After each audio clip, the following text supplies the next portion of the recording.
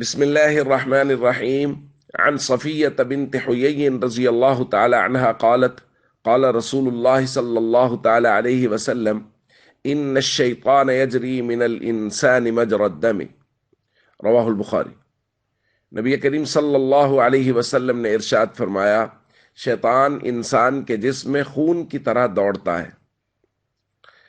دوستو، اس روایت کا پس منظر اس طرح ہے کہ نبی کریم صلی اللہ علیہ وسلم ام المؤمنین سیدہ صفیہ رضی اللہ تعالی عنہ کو رات کے وقت چھوڑنے جا رہے تھے، تو فلقیہ رجلان من الانصار، دو انصاری صحابیوں سے ملاقات ہو گئی۔ فنظرا الی النبی صلی اللہ علیہ وسلم ثم اجازا، انہوں نے دیکھا کہ گھر والے ساتھ ہیں تو وہ جلدی سے وہاں سے گزرنے لگے، تو نبی کریم صلی اللہ علیہ وسلم نے ان کو مخاطب کر کے ارشاد فرمایا، دیکھو یہ میرے ساتھ صفیہ ہیں۔ تو انہوں نے کہا، سبحان اللہ یا رسول اللہ، یا رسول اللہ ہم آپ کے بارے میں اس طرح کا تصور کیسے کر سکتے ہیں؟ تو نبی کریم صلی اللہ علیہ وسلم نے اس وقت یہ جملہ ارشاد فرمایا، ان الشیطان یجری من الانسان مجرى الدم وانی خشیت ان یلقی فی انفسکما شیئا، شیطان تو انسان کے جسم میں خون کی طرح دوڑتا ہے اور مجھے یہ ڈر ہوا کہ شیطان تمہارے دل میں کوئی اور بات نہ ڈال دے۔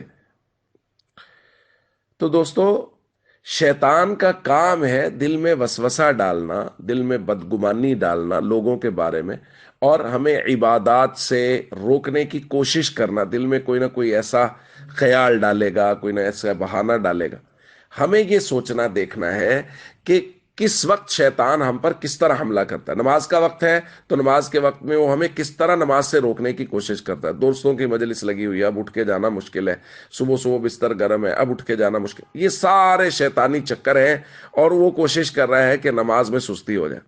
اسی طرح لوگوں کے بارے میں بدگمانی دلوں میں پیدا کرنا، یہ بھی شیطان کا ایک بہت بڑا ہتھیار ہے کہ لوگوں کے بارے میں، ان کے معاملات، ان کی معاشرت کے بارے میں بدگمانی پیدا کرتا ہے۔